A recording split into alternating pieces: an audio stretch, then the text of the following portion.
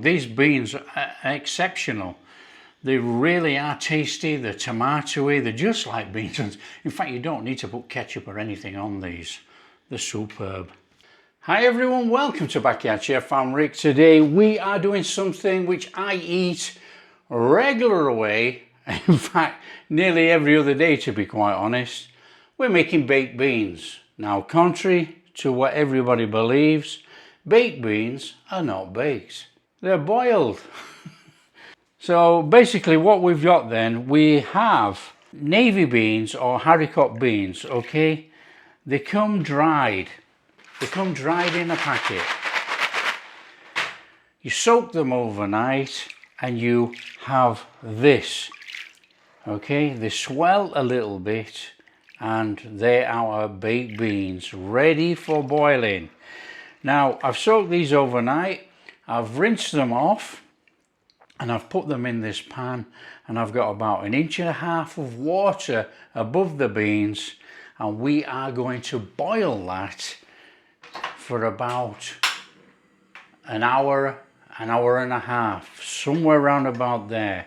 If the water gets the skin on, we'll take the skin off, all the scum, you know, all that white froth. We'll take that off, discard it. But we are going to just cook these away in here on a simmer boil. And we'll just give it occasional stir, just to distribute the beans around in there. Now that is it. That is the first stage of making baked beans. You can get quite a lot of baked beans out of a packet of dried navy beans. Freeze. They freeze for 3 months, not a problem. Freeze in portions. Just defrost as you cook, nice and slow, and you may have to add just a little bit of water as you reheat. Store in the fridge 7 days, not a problem. After that, make sure you start cooking them off. Now there's going to be quite a lot of baked beans here. I am doing a bulk amount because I put in the freezer and it lasts me a couple of weeks or more. The ingredient list in the description will be enough to make a reasonable amount of baked beans, so you don't have to make it in bulk. So that's it. Up to the boil, scrape off the scum. It's as simple as that. So get a lid on and let's bring it up to the boil. As you can see, we've got quite a lot of scum on there. Just take it off.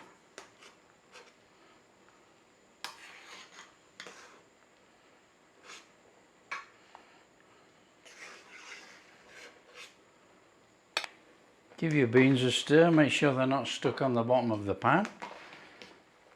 And that's probably going to release some more scum as you're going along the way, but don't worry about that.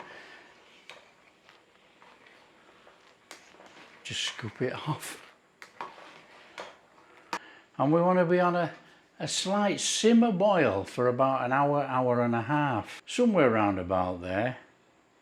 So that's it really. So during that hour, hour and a half, all you've got to do is keep coming along, keep giving it a little stir, and check the water level. Make sure the water level hasn't gone below the beans. You know, we're supposed to be cooking these beans in here. And then if there's any scum on there that you don't want, take it off. That's it. Hour, hour and a half, we'll have another look. Right, we've been simmering away there for about an hour and 10 minutes actually. And those beans are looking like baked beans. They've plumped up, they look nice. Now, the thing is, you can really cook these till they go really, really soft. That's up to you. But we're going to put these in the sauce and cook it for about another 15 minutes. So you need a little bit of texture in your beans. If not, you're going to end up with a pan full of mush. There we go. There's our beans. So all we're going to do is put that to one side, let it cool down, and we'll prep our sauce.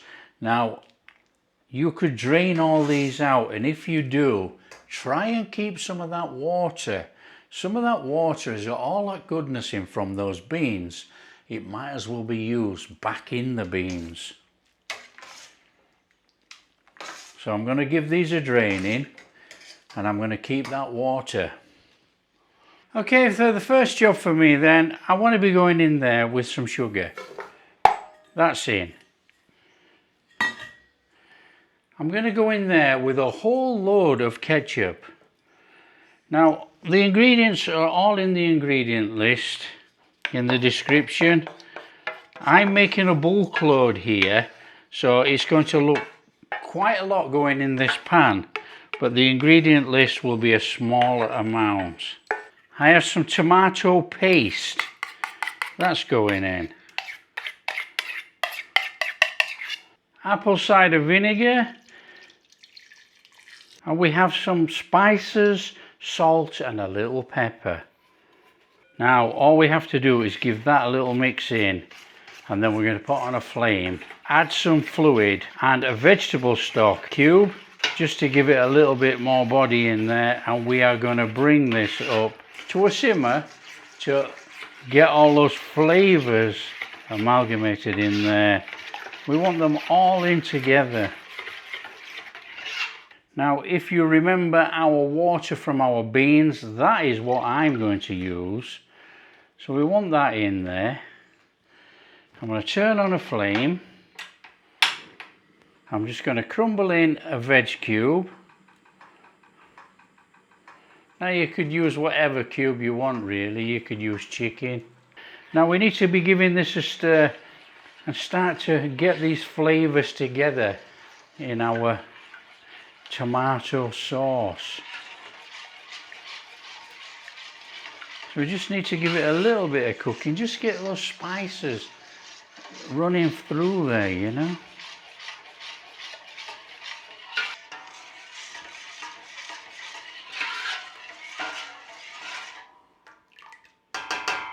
Now many people will bleat on about smash all the beans up and it helps thicken up in there naturally without the corn flour.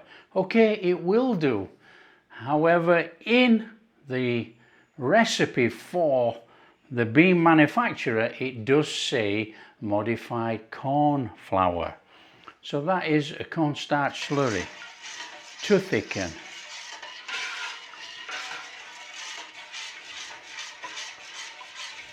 In with our beans. Give that a good stir in.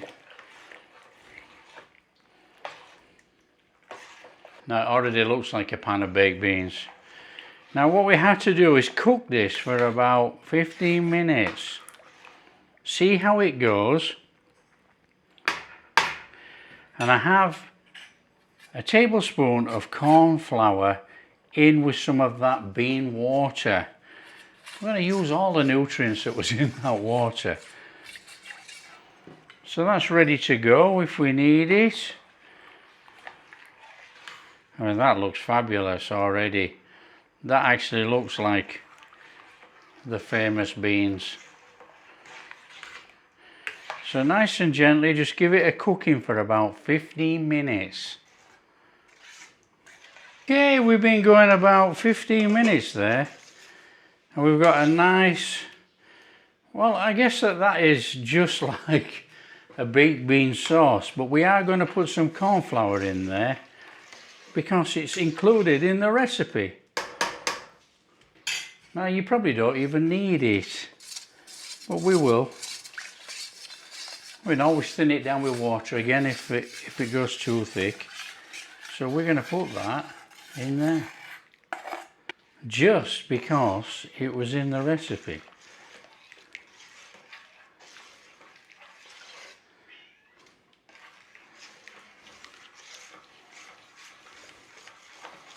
Give that a little stir around. Oh, we got a nice consistency now. Yeah, that's just about perfect. That's a lovely, lovely sauce in there. Right, I can tell you now, it doesn't smell like the famous beans. It smells more tomatoey. it's definitely got more of a tomato smell. So that is our beans cooked, and what we're going to do now is just... So that's our beans cooked. All we're going to do now is let them cool down a little bit, and we're going to put them in some containers. We're going to freeze some, going to stick some in some jars. That's our beans for the next couple of weeks. Done, easy as that. And a real saving on buying canned beans. A real saving.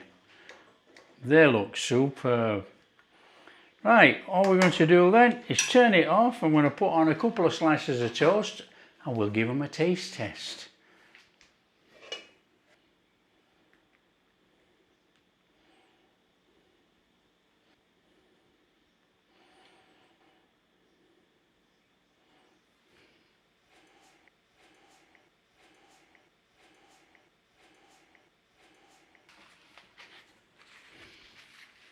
Well, there we are.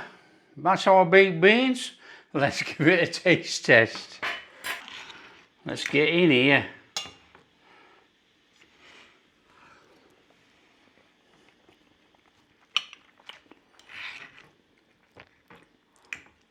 Oh, fabulous.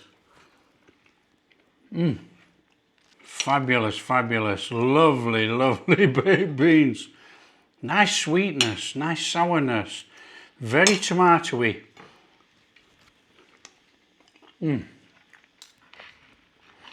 Nowhere near the famous brand. Nowhere near. This is more tomatoey than the famous brand.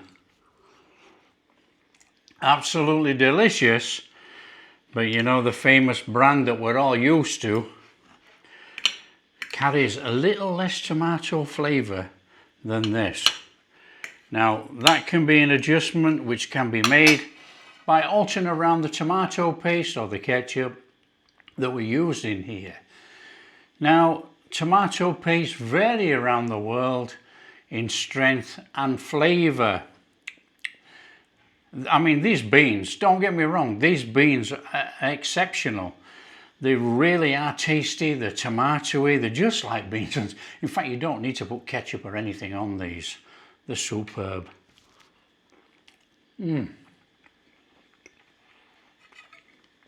I love them. I love them. But they're not the same as the tinned brand, I won't lie. They're delicious. Well, there you are. Homemade baked beans. How easy is that? Very easy to make your own at home. So wherever you live around the world, you know, you can make your own baked beans at home. If you like what we're doing, don't forget, smash that like and subscribe, share with your friends, all that kind of stuff. Catch you in the next video.